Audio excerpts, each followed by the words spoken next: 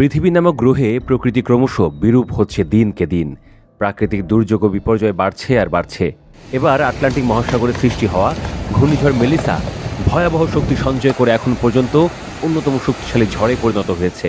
ঘন্টায় 250 কিলোমিটার বেগে ধেয়ে এসে এটি ক্যারিবীয় অঞ্চল জুড়ে ব্যাপক ধ্বংসযজ্ঞ চালিয়েছে। স্থানীয় গণমাধ্যমগুলো বরাত দিয়ে জানা গেছে, ঝড়ের তাণ্ডবে এ পর্যন্ত 7 জনের প্রাণহানি ঘটেছে। জ্যামাইকায় 3 জন, হাইতিতে 3 জন এবং ডমিনিকান রিপাবলিকে 1 জন। এছাড়া আরও 1 জন নিখোঁজ রয়েছে বলে নিশ্চিত করেছে স্থানীয় কর্তৃপক্ষ।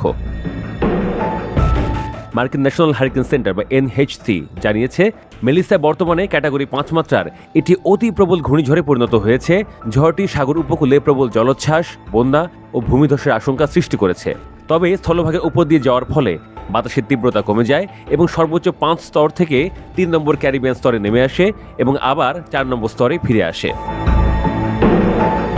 আন্তর্জাতিক সংস্থা রেড ক্রসের হিসাব অনুযায়ী ঘূর্ণিঝড়ের প্রভাবে অন্তত 15 লাখ মানুষ সরাসরি ক্ষতিগ্রস্ত হতে পারেন। সবচেয়ে বেশি ক্ষতিগ্রস্ত হয়েছে জ্যামাইকা। দেশটির সরকার জানিয়েছে, ঘূর্ণিঝড়ে বিদ্যুৎ ও যোগাযোগ ব্যবস্থা মারাত্মকভাবেই বিপর্যস্ত হয়েছে। ইতিমধ্যে জরুরি সহায়তা কার্যক্রম শুরু হয়েছে এবং ক্ষতিগ্রস্তদের সহায়তার জন্য একটি অনলাইন সহায়তা পোর্টাল খোলা হয়েছে। আবহাওয়াবিদদের আশঙ্কা, আগামী 24 ঘন্টায় জ্যামাইকার পার্বত্য এলাকায় ভয়াবহ ভূমিধস ও আকস্মিক বন্যা দেখা দিতে পারে, যা বড় ধরনের মানবিক সংকট তৈরি করতে পারে। এদিকে ঘূর্ণিঝড়ের প্রভাব প্রতিবেশী কিউবাতেও পড়তে শুরু করেছে। দেশটির উপকূলীয় অঞ্চলগুলো থেকে মানুষকে নিরাপদ স্থানে সরিয়ে নেওয়া হচ্ছে এবং সর্বোচ্চ সতর্কতা জারি করা হয়েছে। আবহাওয়ার পূর্বাভাস অনুযায়ী বুধবার ভোর নাগাদ মেলিসা কিউবার দক্ষিণাঞ্চলে আঘাত হানার কথা। NHC তার সবশেষ পূর্বাভাসে এও বলেছে, কিউবা, বাহামা ও বারমুডার কাছাকাছি পৌঁছানোর সময় মেলিসা একটি শক্তিশালী ঘূর্ণিঝড় হিসেবেই থাকবে বলে আশঙ্কা করা হচ্ছে। বিশেষজ্ঞরা বলছেন, জলবায়ু পরিবর্তনের বিরূপ প্রভাবে সমুদ্রের তাপমাত্রা অস্বাভাবিকভাবে বেড়ে যাওয়ায় মেলিসা অতিরিক্ত শক্তি অর্জন করেছে।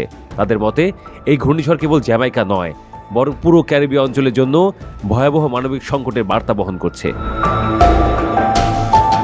বিশ্ব আবহাওয়া সংস্থা মেলিসাকে শতাব্দীর সবচেয়ে বড় শক্তিশালী ঝড় বলে আখ্যায়িত করেছে। প্রায় 25,000 পর্যটককে নিরাপদে রাখতে হোটেলগুলো কম মূল্যে আশ্রয়ের ব্যবস্থা করেছে। জ্যামাইকার প্রধানমন্ত্রী অ্যান্ড্রু হোলনেস জানিয়েছেন, জাতিসংঘ, যুক্তরাষ্ট্র, ইউরোপীয় ইউনিয়ন, যুক্তরাজ্য ও ফ্রান্স সহ কয়েকটি দেশ সাহায্যের আশ্বাস দিয়েছে।